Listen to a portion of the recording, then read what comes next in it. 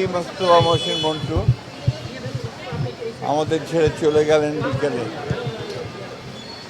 গণফোরামের সভাপতি হিসেবেই তার পরিচয় নয়, তার মূল পরিচয় হচ্ছে সে একজন সত্যিকার অর্থেই একজন মুক্তিযোদ্ধা, কিংবদন্তির মুক্তিযোদ্ধা।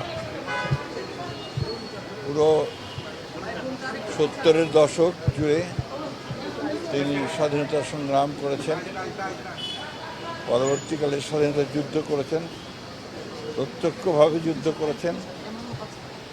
পরবর্তীকালে নীতির সঙ্গে মিল না হওয়ার কারণে আওয়ামী লীগ থেকে বেরিয়ে এসেছেন। তারপরে আর কোনো কম্প্রোমাইজ করেননি এবং শেষ মুহূর্ত পর্যন্ত তিনি তার নীতির প্রশ্নে কোনো আপোষ করেননি। গণতন্ত্রে অটল বিশ্বাসী একজন মানুষ, বাংলাদেশের স্বাধীনতা সার্বভৌমত্বে বিশ্বাসী একজন রাজনৈতিক নেতা, যাকে সত্যিকার অর্থেই আমরা একজন বিশিষ্ট দেশপ্রেমিক রাজনৈতিক নেতাকে হারালাম।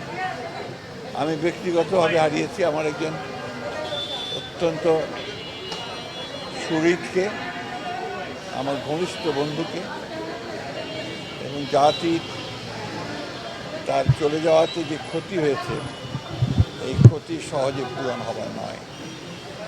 এখন তো একটা রাজনীতিতে এই ধরনের মানুষের খুব বেশি প্রয়োজন ছিল।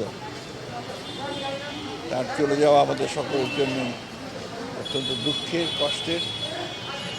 তার আত্মার মাগফিরাত কামনা করছি। পরম করুণাময় আল্লাহ তাআলার কাছে দোয়া চাইছি, আল্লাহ তাআলা তাকে যেন বেহেশত নসিব করেন এবং তার পরিবারের সদস্যদেরকে এই শোক সহ্য করবার তিনি যেন শক্তি দান করেন।